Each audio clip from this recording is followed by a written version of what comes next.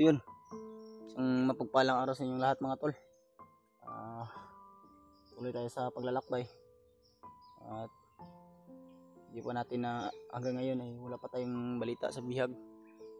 Pero inisikap ko naman tol na mahanap yung kasama natin. Sila Bro Julius ay kasama na pala sila ni G. So yun pala yung nangyari mga tol, ay ambos namin. Hindi pala inaasahan na nagkita rin pala sila ni G. Pagkataon na sana namin yun na magkita-kita. Pero ang problema ay nagkahibalay pa talaga kami ni Bro Julius. Pero sa ngayon tol ay galakbay pa rin ako. Hanggang ngayon wala pa tayong mga balita na naririnig sa mga bandido tungkol dun sa bihag. Pero base sa mga nakita natin sa mga video ng kasama natin tol, na si Brad Buds at sila Brad Ray, may nahuli silang dalawang bandido. Pero yun lang yung nakita ko tol. Hindi ko alam kung ano pa yung mga sumunod na nangyari sa video nila, kasi kaya ko lang upload kasi naubusan ako ng load mga tol. Sobrang sama talaga ng pakiramdam ko. Ano ba, siguro sa sobrang init at sa lakas ng ulan, kasi magbibilad tayo ng isang araw sa init, tapos pagkagabi bigla-bigla na naman uulan. Kaya nahanap ko rin sila mga tol, at nagbabaka sakali na makita sila kaagad. Pero huwag kayong mag-alala sa akin, ay kaya ko naman yung sarili ko at kakayanin ko mga tol. Hindi tayo pwede panghinaan ng loob. Kahit may nararamdaman tayong masama yung pakiramdam natin, ay lalaban pa rin tayo. Ay tiwala naman ako sa sarili ko mga tol, kakayanin ko at mas kakayanin ko pa. Gagalingan ko pa mga tol para po sa misyon natin.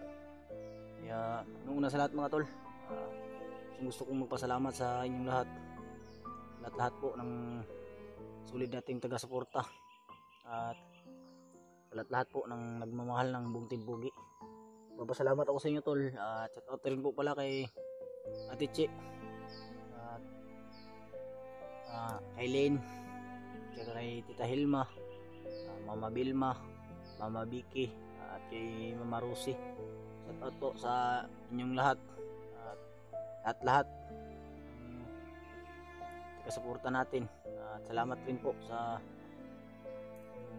mga pagdarasal nyo sa akin, sa kasamahan ko mga tol.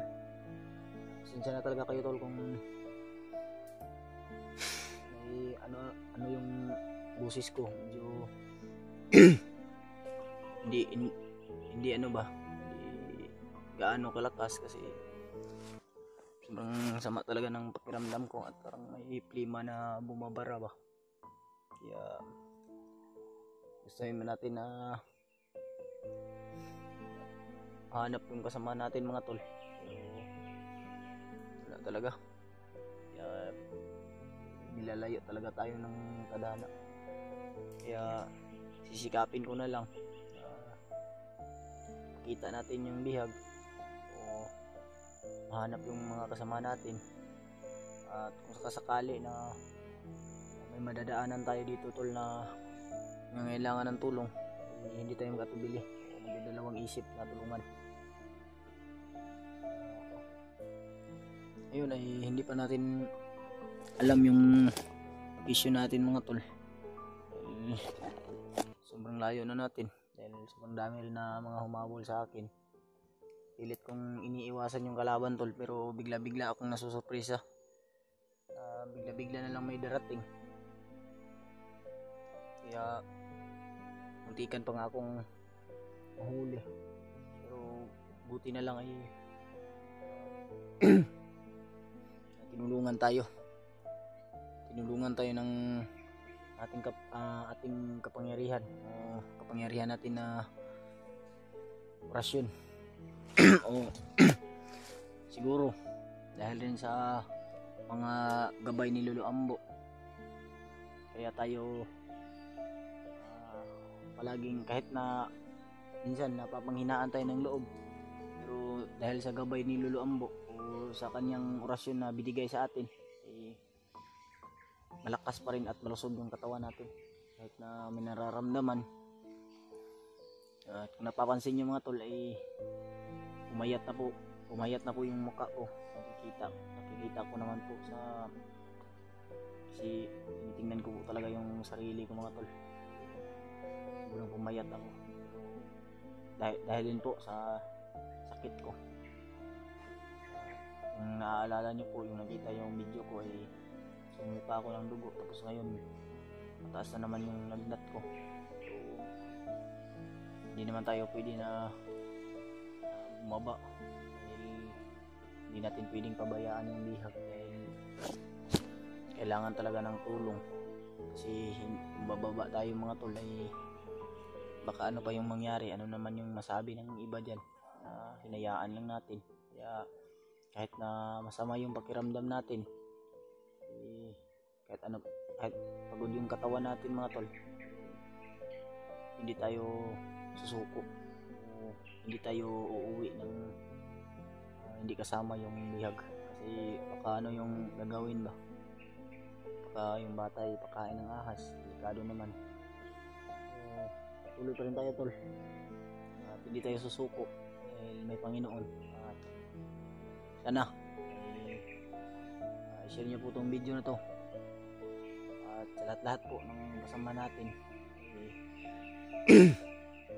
sana kung may mga impormasyon kayo na nakukuha sa kanila, pamahagi nyo po sa akin. At yung iba ay hindi pa alam kung gusto man nila na yung iba kasi yung gusto man nila na magbigay ng impormasyon, pero hindi pa alam yung Facebook ko. At ilalagay ko na lang po dyan sa description mga tol, para may makuha kayo na impormasyon. Kung hindi ko pa ano sa Facebook, may makuha kasing impormasyon, ay bigay nyo lang sa akin. Pasensya kayo tol kung na ano ko ba, na pala ko ba, sama talaga ng pakiramdam ko.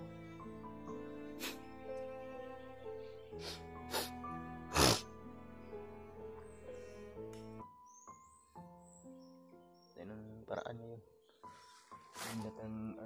yung katawan ko ba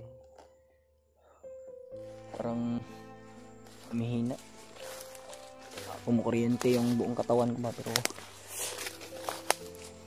tuloy tayo tol.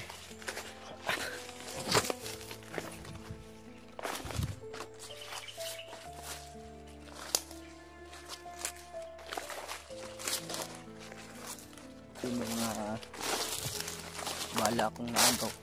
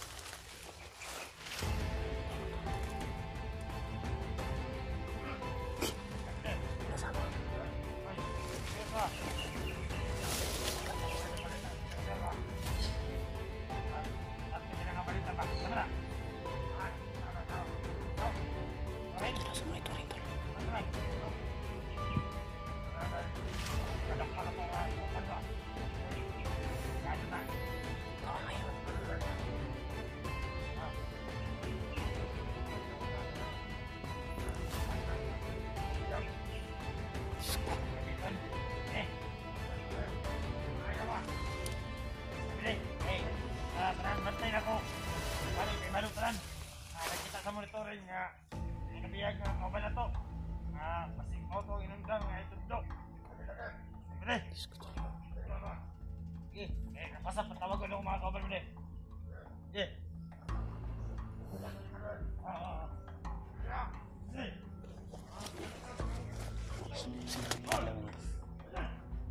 Sinabi nila.